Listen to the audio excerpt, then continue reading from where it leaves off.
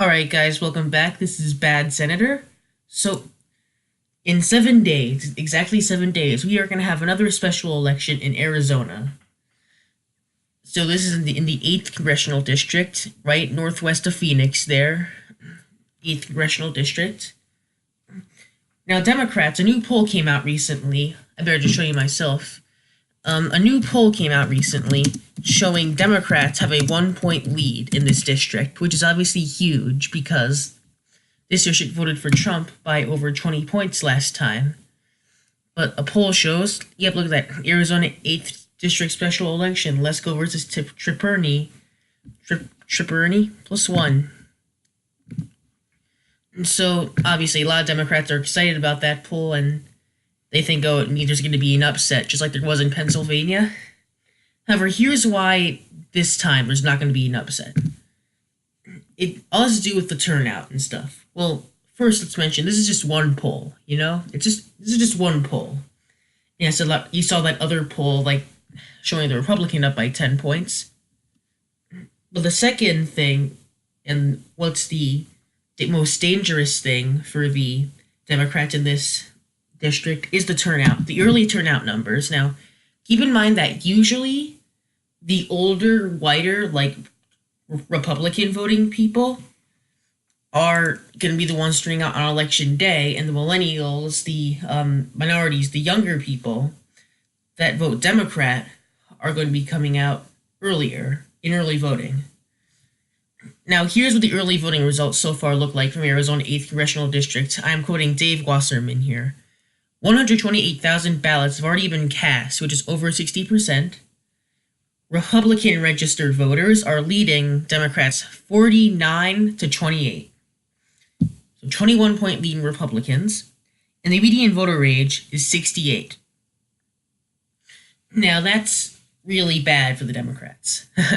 Because if in early exit polling and early voting period, we're seeing this level of good Republican turnout, then that's very much the kiss of death for the Democrats. I mean, 49%, almost a majority of the early voters are registered Republicans, which is crazy. So in order for the Democrats to win, according to this, they'd have to win, almost 90% of the independents, which won't happen. Or you have to draw a large number of Republicans over to the Democrat side, which isn't going to happen either, because, the median voting age is 68, and older people are technically more stubborn, so they'll probably vote Republican. So I just don't see it happening. I don't see the 8th Congressional District turning blue. But what's going to be important for the Democrats is the margin. And so we know that the Republicans are going to win by a certain number. If that number is a single-digit number, then the Democrats are probably well on their way to taking the House in 2018. But if they can keep the margin of victory above 15%, then the Republicans are probably well on their way to keeping the House in their control in 2019.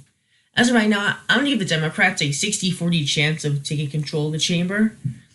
And obviously, that's pretty close. It's still any party's game at this point, except for all the minor third parties. So now I want to talk about some other vacancies that have occurred. So let's look up New York 25th, I believe. Let's look Louis Slaughter. Louis Slaughter tragically died a few weeks ago, and there's going to be a special election to fill her seat sometime. Wait, what district was he? Louis Slaughter Congressional District. The 25th District. So there's probably going to be a special election in the 25th District of New York. Now, it's unknown if that's going to be before the election or during the midterm election. Let's look up 270 to win here, because they have a bunch of useful information. Anyway, I think if there is a special election in New York, then it's going to be safe Republican in the 25th District. Safe Democrat, excuse me. Safe Democrat.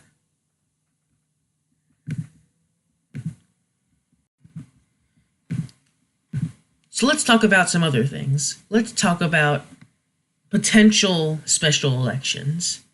What do I mean by that? Well, you're about to see.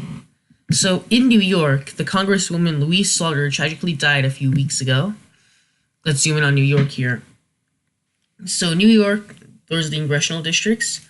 Louise Slaughter represented the 25th congressional district, right there. So, it is unknown if there's going to be a special election to, replace her before the midterm elections or during the midterm elections. Either way, it's going to be safe Democrat, and that's because, let's look, New York 25. That district voted for Hillary Clinton by a very wide margin, 16.4%. And in a blue wave year, well, not necessarily a blue wave year, but at least a Democrat-favored year, that's going to be safe for the Democrats. No doubt about it. In Texas, a special election, another vacancy occurred here. A Republican resigned. Let's go Texas. I think it was the 13th congressional district, I believe. I think it was the 27th. I don't know. Let's see. Texas congressman resigns.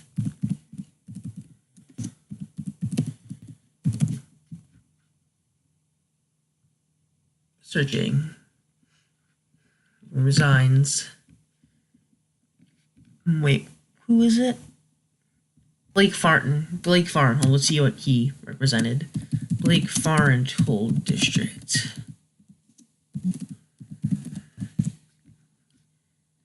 It's 27th, yeah, so it was a 27th. That's right. So 27th congressional district. Let's take a look at the margins there. 27th, as we can see, big Trump district. And I think that even in the current environment, it's going to be safe red as well. I know, you have a special election, before the midterm elections, then, Democrats closing the margin, no doubt, but they're not going to be able to close it enough to win. I mean, that's 4 points, basically. That's a lot to close. But they really can't win this because, they need the best candidate. I don't think there really is a candidate that could really flip this district blue there. It's probably going to be a conservative versus a liberal. And in Texas, this district, a conservative's going to win. So that's safe Republican for now. Let's go to Pennsylvania. And one more seat opened up in Pennsylvania. In the 15th Congressional District. I know the 15th Congressional District.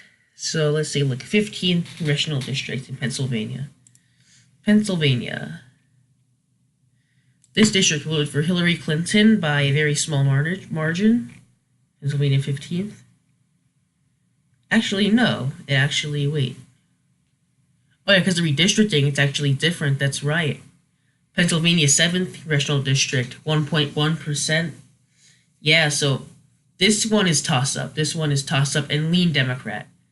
If the special election does occur here, then it's going to be lean Democrat. Hillary Clinton won this district, and there's no reason to believe at this time that there's going to be a moderate Republican or that's good for the district that could really reverse that. So that one's lean Democrat. And those are my ratings for all the potential special elections that could happen between now and November. Personally, what would I really like to see? I'd really like to see them all happening on August 7th, because August 7th is the Ohio district. That's when Ohio is having its special election. So it'd be really cool from an election watcher standpoint to just see a bunch of special elections going on at once. Tom Wolf, Andrew Cuomo, Greg Abbott, special those elections for April 7th because it's going to be really fun for us. Thanks for watching. Bye.